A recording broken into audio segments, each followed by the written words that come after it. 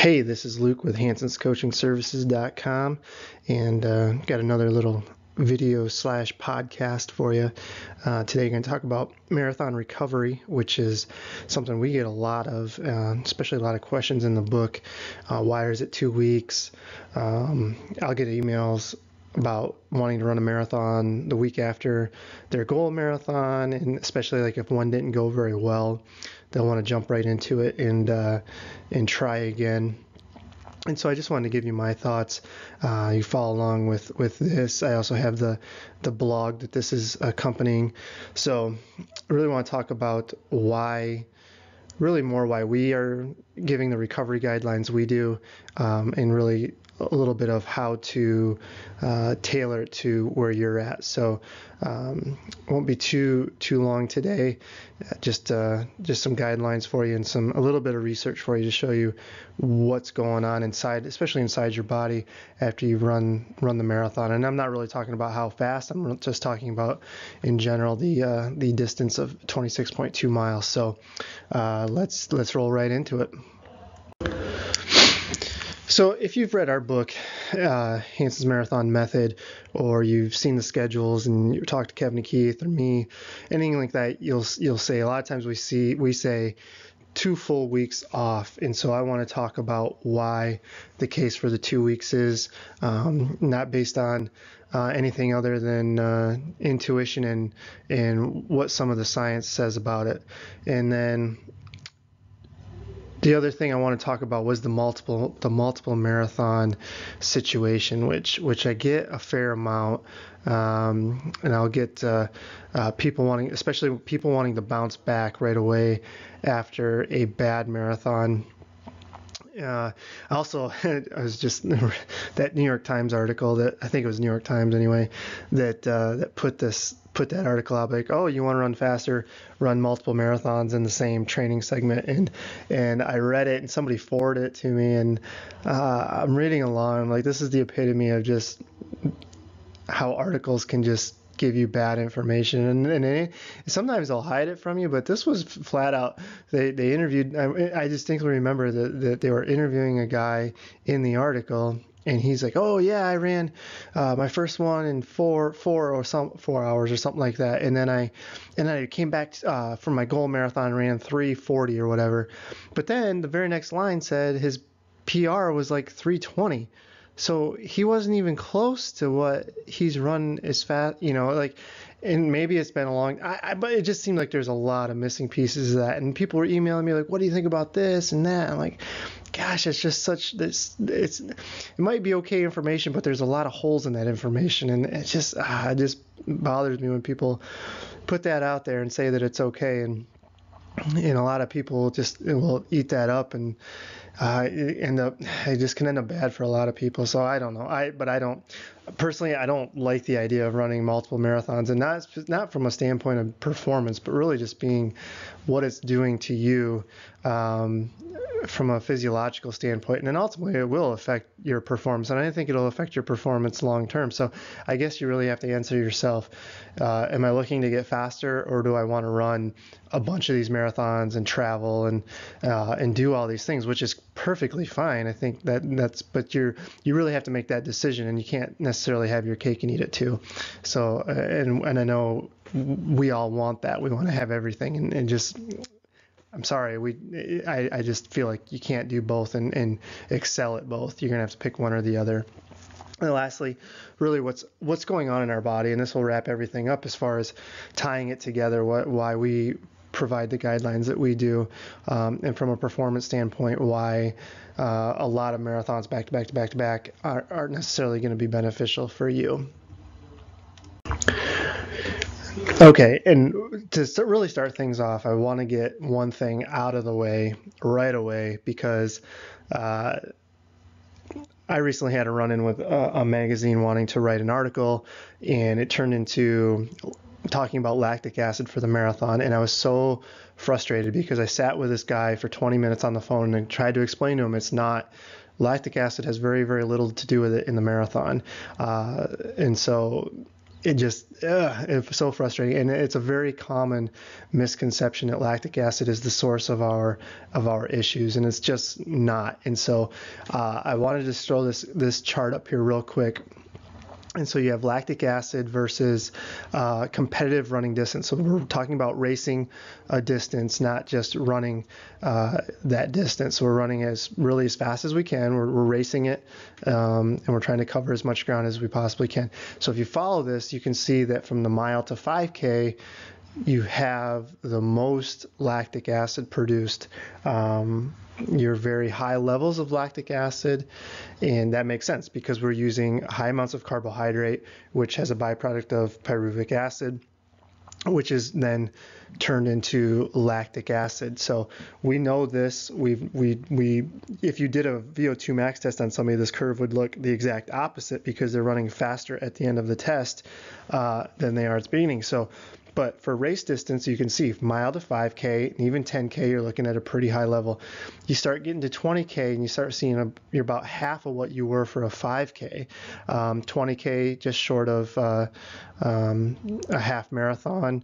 21K-ish is a half marathon. So even then, you're producing lactic acid, but you're not producing the massive amounts that you are in a 5K and 10K. You extrapolate that out, you see the next one is a 35K. It's definitely not a distance you see very often. And then you get to that, we're about 42K, which is the marathon distance. And you can see you're barely above resting levels of lactic acid in your blood. So the notion of lactic acid really even being present during the marathon is ridiculous. You don't just get that out of your head right now. Like, lactic acid is not the source of your problems. If it is, it means you are going out way too hard, and you are essentially going out at faster than half marathon pace for your marathon. And no offense, but if you did that, then you deserve to have a miserable marathon, because that's just silly. And if you listen to us at all, how against going out fast we are, and this is exactly why. Like, if lactic acid should not be your issue in the marathon, it's going to be other sources.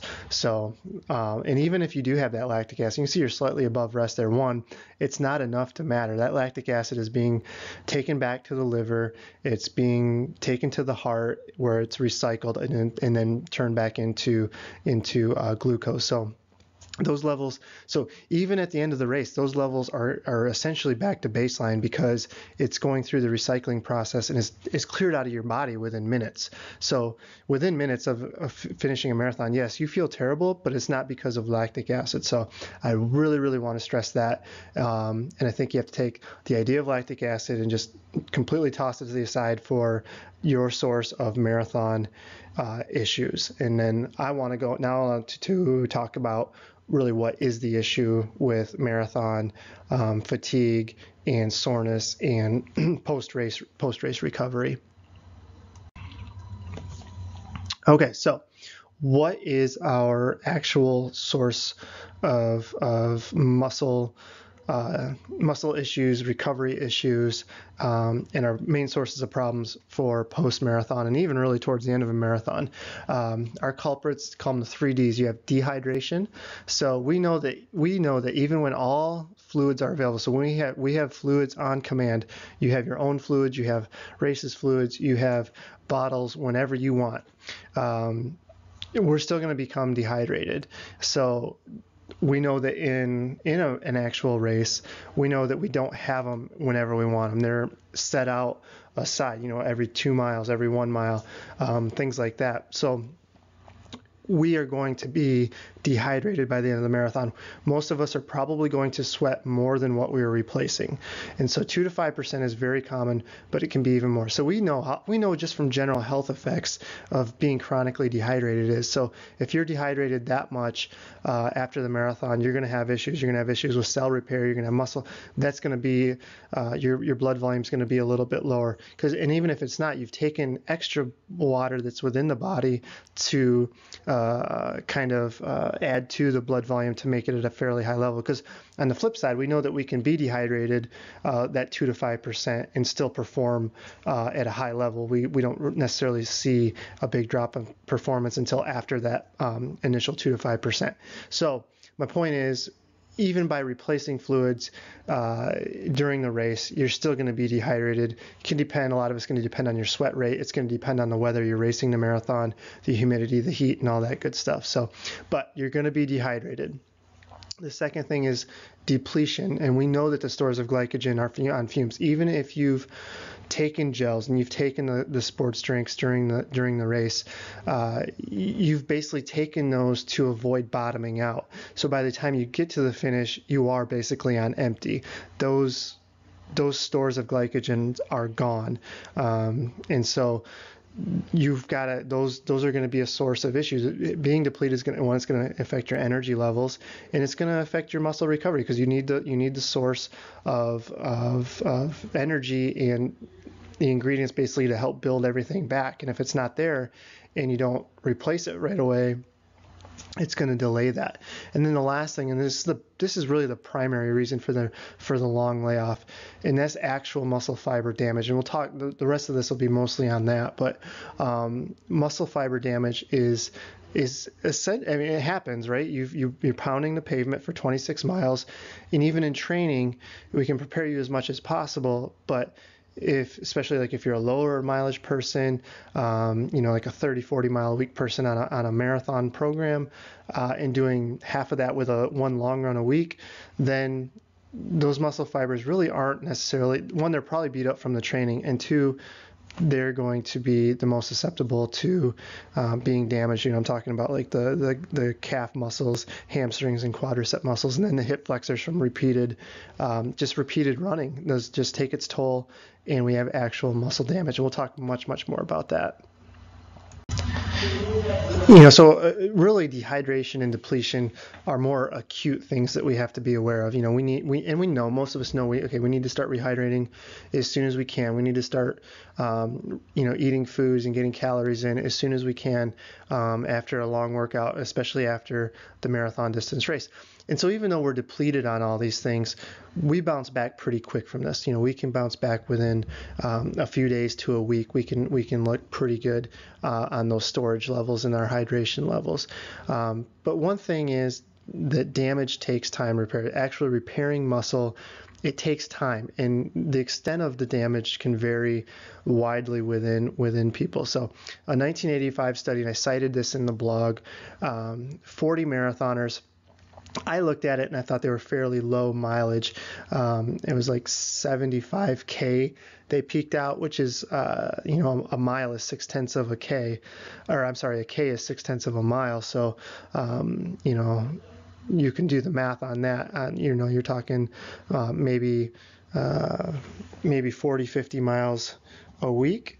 Let me calculate that out real quick.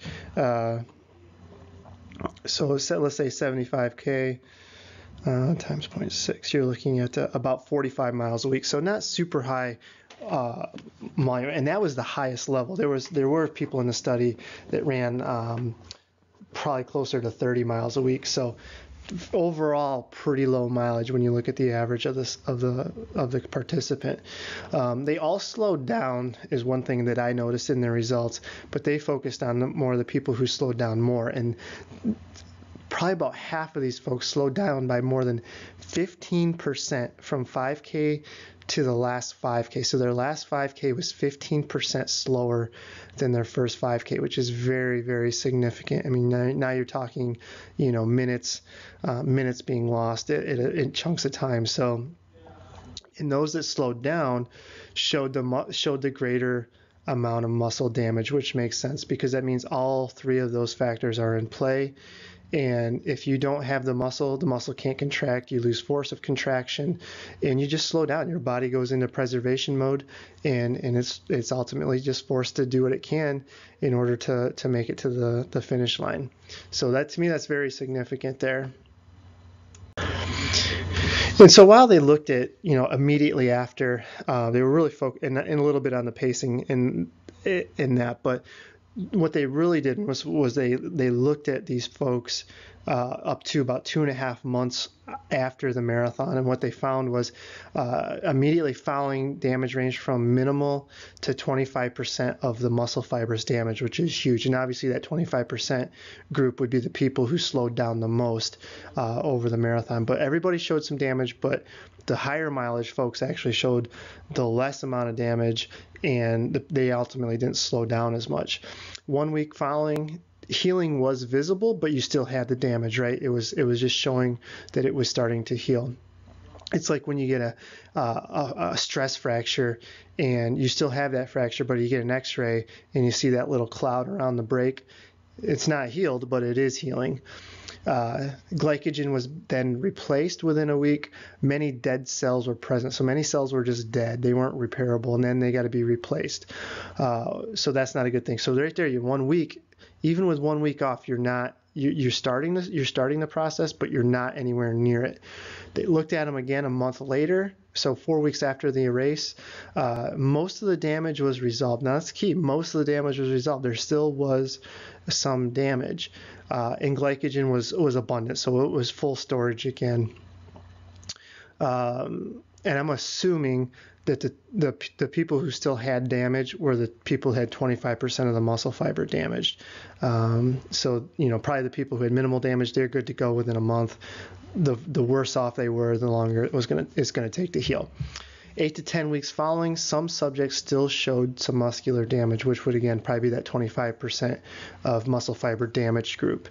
Those folks probably were still the worst off and weren't able to bounce back as quick as the other people. So you can see there, even from 1 week to 1 month, you still have a lot of things going on. So, we've got to account for that. And so even if I wanted to just run another marathon, I have to go into it knowing that this is the case, knowing that, okay, listen, I probably got some damage, and I'm probably going to be a little bit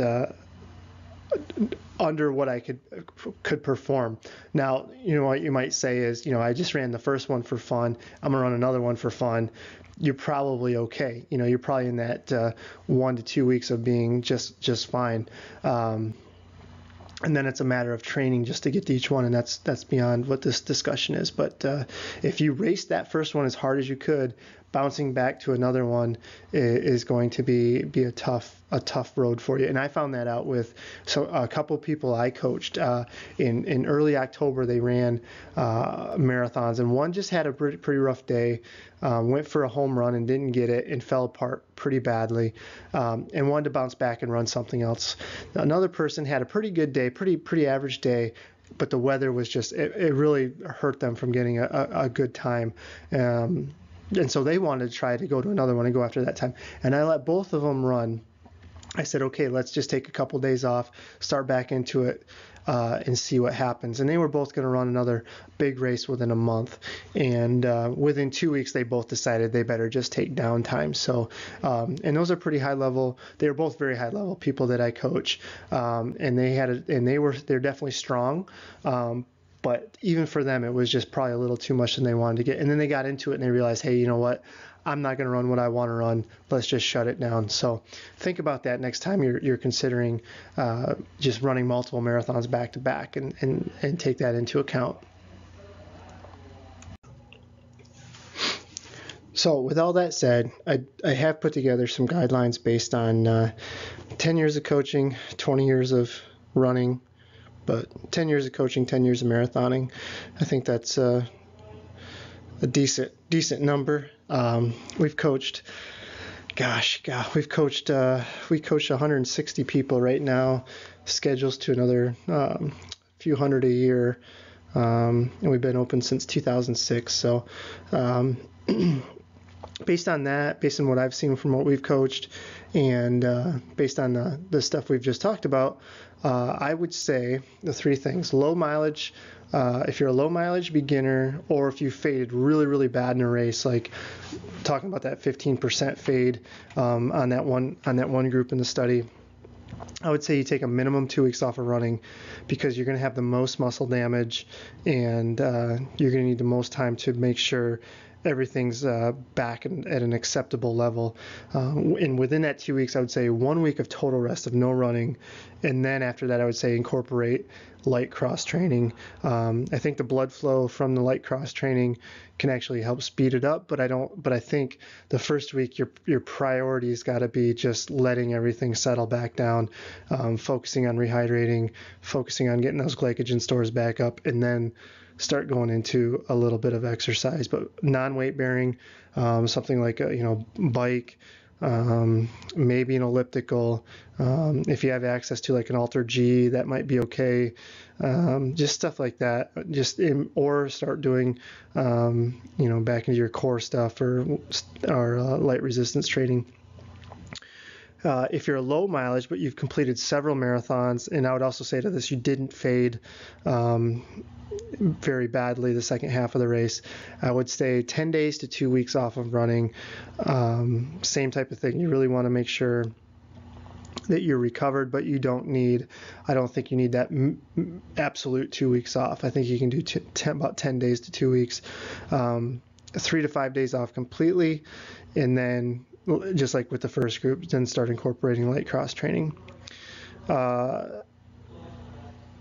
Advanced, I would say 7 to 10 days. Advanced high mileage runner, no pain, no issues, things like that. I would say 7 to 10 days off of running, 3 days off completely of no running, and then on that fourth day start doing some cross training, and then within 10 days you can start running again pretty easily. Although you'll feel, this is for everybody, you'll feel like you've taken a year off, but you get out there, put a half hour, 45 minutes in for a few days, and you're good to go. And we actually have, now I'm thinking about it, we actually have some base building programs or in between segment programs to take you from time off to getting your mileage up to where you want it to be before you start your next training segment. And you can find those on our site, hansonscoachingservices.com.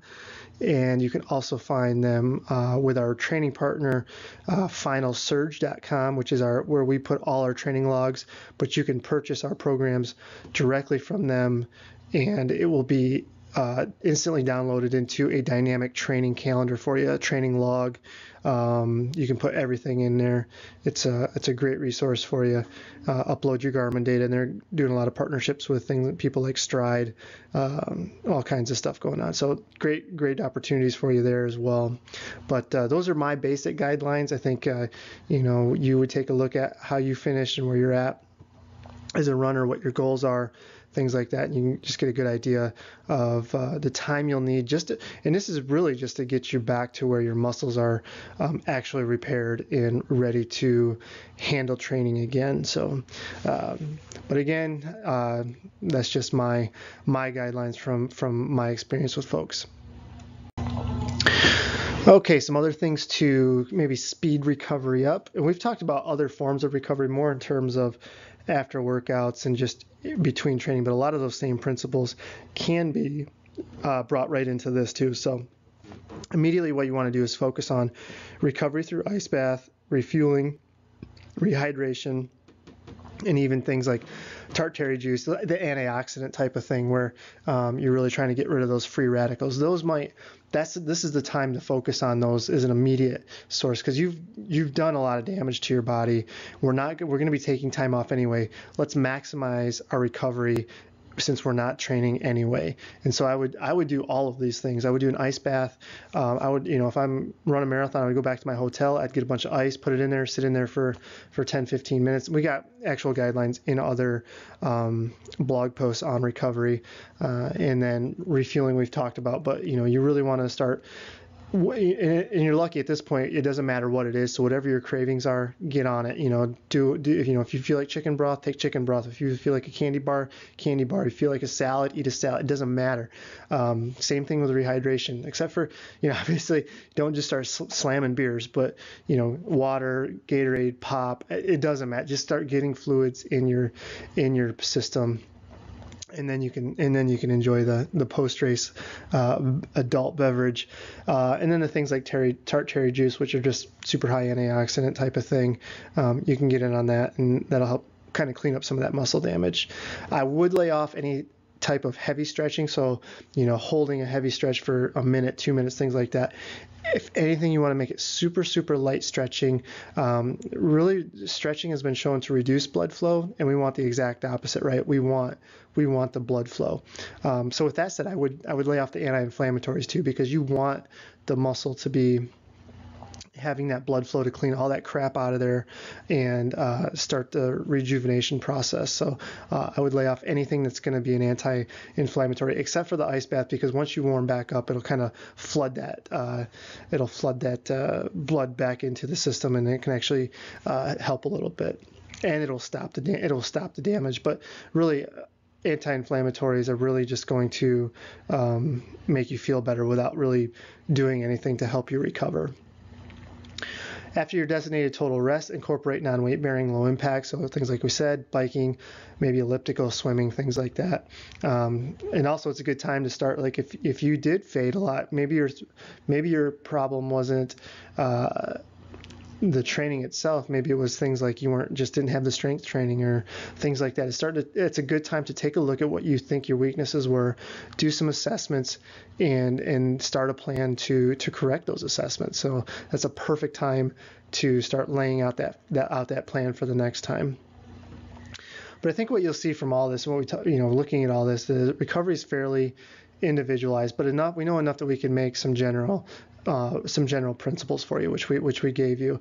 And rest can be better than just trying to grind out tough stretches all the time. And when people hit plateaus, that's one thing I look at, and you see the common thing. You see those things being common all the time. Just didn't take time off, just tried to bounce back quick, and just kept doing it over and over and over again, and you just run into a wall. You just can't. Your body just has really gone into really a protective mode, and just it's gonna stop you from training harder or racing faster, because it's just damaged and it just needs to repair.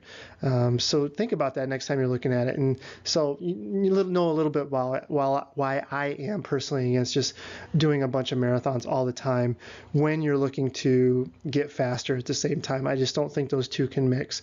If you're on a person who's doing destination marathons every couple months just because you want to travel and see new places, that's a whole nother story, and that's something that you can train around, because you're not necessarily looking for big improvements or fast races all the time. So you've really got to separate those two. And if you're looking to do both, you're probably going to run into some problems at some point. And sometime you're going to have to make a decision if I want to get faster or if I want to do all these marathons.